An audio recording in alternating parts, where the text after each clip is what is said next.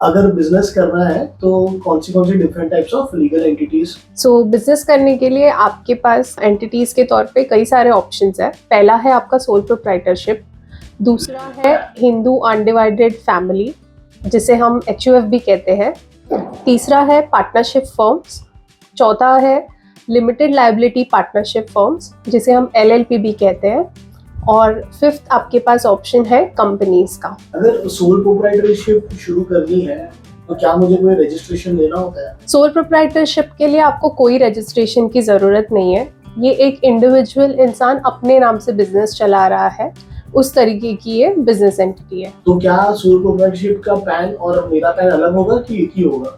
Sole proprietorship का pan और जो ओनर है उन दोनों का पैन सेम ही होता है, यानी कि बिजनेस का और सोल प्रोप्राइटरशिप का पैन दोनों सेम होगा। तो एज एन इंडिविजुअल मेरे को कोई ट्रेड नेम से काम करना है तो उसके लिए क्या रजिस्ट्रेशन है? तो ट्रेड नेम के लिए आप खुद को प्रोफेशन टैक्स में रजिस्टर करवा सकते हैं, उद्यम में रजिस्टर करवा सकते हैं। इन दोनों के बेसिस पे आपका बैंक अकाउंट जो है वो भी आपके ट्रेड नेम से ओपन हो जाएगा, एंड ऑल्सो आपके GST रजिस्ट्रेशन के लिए आप अपना ट्रेड नेम इनके बेसिस पे यूज कर सकते हो।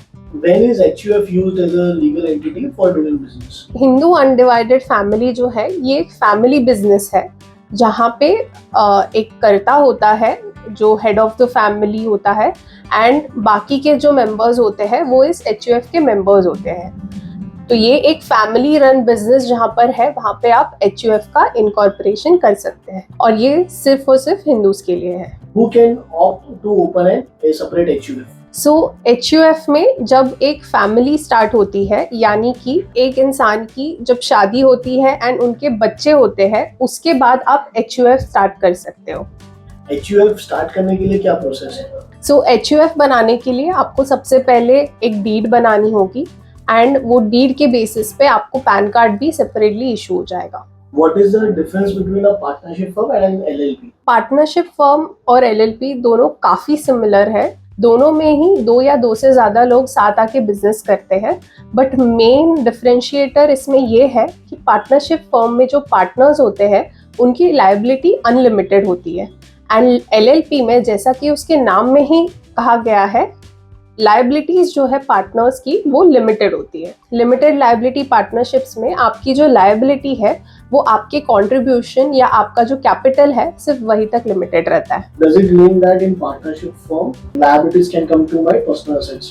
पार्टनरशिप फर्म्स में आपका जितना कैपिटल है उतने एक्सटेंड की तो आपकी लायबिलिटी है ही, उसके साथ साथ आपके जो पर्सनल एसेट्स है वो भी इन लायबिलिटीज के लिए यूज किए जा सकते हैं। What is the difference between a private limited company and LLP? So private limited company जो है ये ROCs में आप रजिस्टर करते हो, एंड ये एक और ज़्यादा formal way of doing business है।